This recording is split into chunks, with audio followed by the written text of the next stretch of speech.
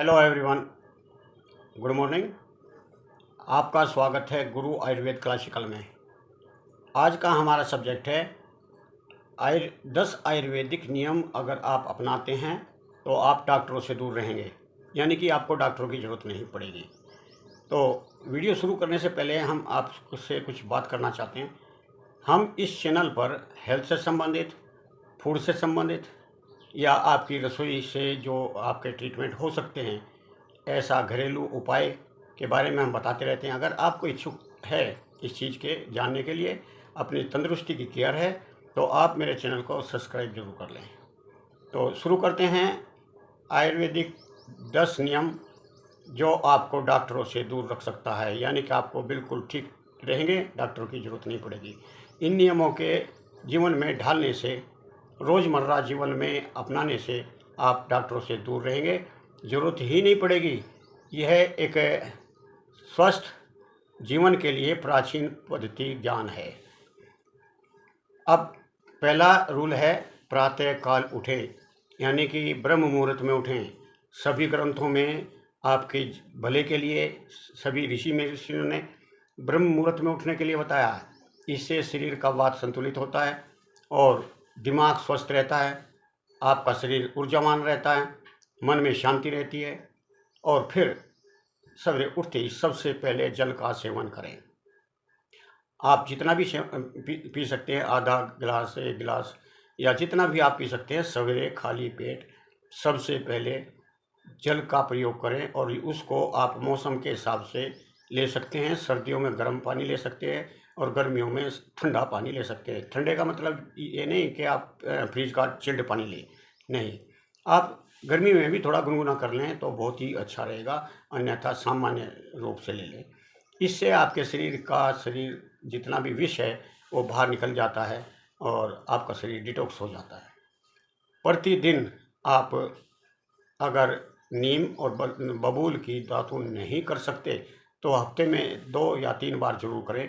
वैसे शास्त्रों में लिखा है कि बबूल की या नीम की दातुन प्रतिदिन करनी चाहिए।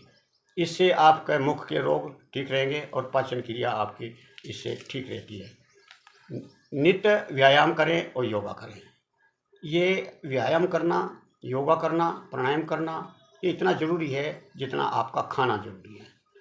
अगर आप खाना नहीं खाएंगे तो भूखे मर जाएंगे। अगर व्यायाम नहीं करेंगे तो आपका शरीर जीर्ण शीर्ण हो जाएगा और रोग पकड़ने की प्रवृत्ति बन जाएगी।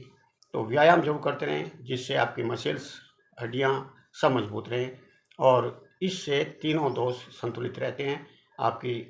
का शरीर दृढ़ रहता है, आपके शरीर में इम्यूनिटी बढ़ जाती है। मौसमी और अस्थायी नहीं है, यानी कि जहाँ आप रह रहे हैं जैसा वहाँ खाया जाता है, और लेकिन हो प्राकृतिक रूप में। जैसे आप फल खाते हैं ऐसे ही काट करके आप खाते हैं, तो ये प्राकृतिक रूप से अनाज है। अनाज को भिगो करके या उबाल करके खाते हैं। साबुत अनाज खाएं और अंकुरित अनाज खाएं। आप हरी सब्जियों का प्रयोग करें, सलाद का प्रयोग करें। दिन में सोना और रात को जागना, ये इतना बड़ा अपराध है, प्राज्ञा अपराध बोलते हैं इनको, कि जो हम अपने शरीर के प्रति जानबूझ करके अपराध किया जाए। थोड़े से आनंद के लिए आप रात को जागते हैं, मोबाइल लेकर के जागते हैं या किसी भी कारण से, वो आपके शरीर के लिए हानिकारक है। दिन में सोना भी हानिकारक है। सिर्फ दिन में 2 व्यक्ति सो सकते हैं, या तो एक छोटा बच्चा या फिर एक वृद्ध, 70 साल से बाद का वृद्ध व्यक्ति। इनको शास्त्रों में छूट दी है, क्योंकि वायु बहुत कुपित होती है वृद्धावस्था में, तो वो सो सकते हैं। लेकिन युवावस्था में आदत ये दिन की सोना की गलत है। और कई लोग कहते हैं कि हम रात की ड्यूटी देते हैं तो दिन में सोना पड़ता है। भैया, ये प्रकृति ने नहीं बनाया था कि रात को आप ड्यूटी दें, लेकिन इसका मुआवजा तो भरना ही पड़ता है। वैसे लोग जो रात को ड्यूटी देते हैं और दिन में सोते हैं, कुछ न कुछ उनको रोग पकड़े रहता है। तो कोशिश करें कि आप रात को ही नींद पूरी करें। और दिन में सोने से, रात को सोने से टाइम पर सोएं और टाइम पर उठें। इससे आपके शरीर का स्वास्थ्य ठीक रहेगा, मानसिक स्वास्थ्य ठीक रहेगा। और अगर आप दिन में सोते हैं, रात को जागते हैं, तो आपकी मानसिक स्थिति बिगड़ जाएगी।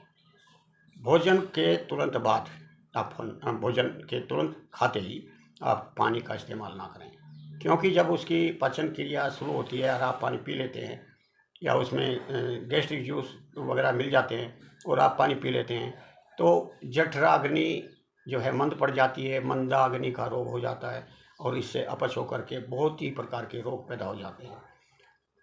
अगला है तेल की मालिश रोज करें, यानी कि अभ्यंग, आयुर्वेद में बोला है अभ्यंग करें। अभ्यंग से शरीर जो है दृढ़ होता है और शरीर लोचदार रहता है। जितना शरीर लोचदार रहेगा इतनी लंबी आयु रहती है, आपके जोड़ मजबूत रहते हैं, आपकी मसल्स मजबूत रहती है और इससे आपकी त्वचा के रोग भी नहीं होते और नसों को जो है बल मिलता है, जितने लिगामेंट्स हैं उनको बल मिलता है। मानसिक बल के लिए आप ध्यान योग करें, ध्यान में बैठें, थोड़ी देर आप प्रार्थना करें, आप आध्यात्मिकता की तरफ रहें तो आपका जीवन बहुत ही अच्छा चलेगा और आत्मबल बढ़ता है। प्रार्थना करने से, ध्यान करने से आत्मबल बढ़ता है। अगर आप इन नियमों का पालन करते हैं तो आपके शरीर के तीनों दोष यानी कि वात, पित्त, कफ ये संतुलित में रहेंगे। जब ये असंतुलित हो जाते हैं, बिगड़ जाते हैं, तभी बीमार होते हैं। लेकिन इन नियमों के अनुसार अगर आप चलते हैं, आपकी लाइफ चलती है तो आप बिल्कुल ठीक रहते हैं। रोग आपके पास फटकेगा भी नहीं और जब रोग नहीं फटकेगा तो आपको डॉक्टर की ज़रूरत नहीं पड़ेगी। तो चलते चलते आपसे एक गुजारिश है कि आप कमेंट में बताएं कि आपको कैसी वीडियो चाहिए, ये वीडियो कैसी लगी। अगर आपको अच्छी लगी तो इसे लाइक करें, आप डिसलाइक भी कर सकते हैं अगर आपको पसंद नहीं है, और कमेंट में ज़रूर बताएं कि आपको कैसी वीडियो चाहिए। और चलते चलते एक बार फिर गुजारिश करता हूँ, अपने दोस्तों में मेरी वीडियो को शेयर जरूर करें ताकि और लोगों को भी फ़ायदा मिले। धन्यवाद, नमस्कार।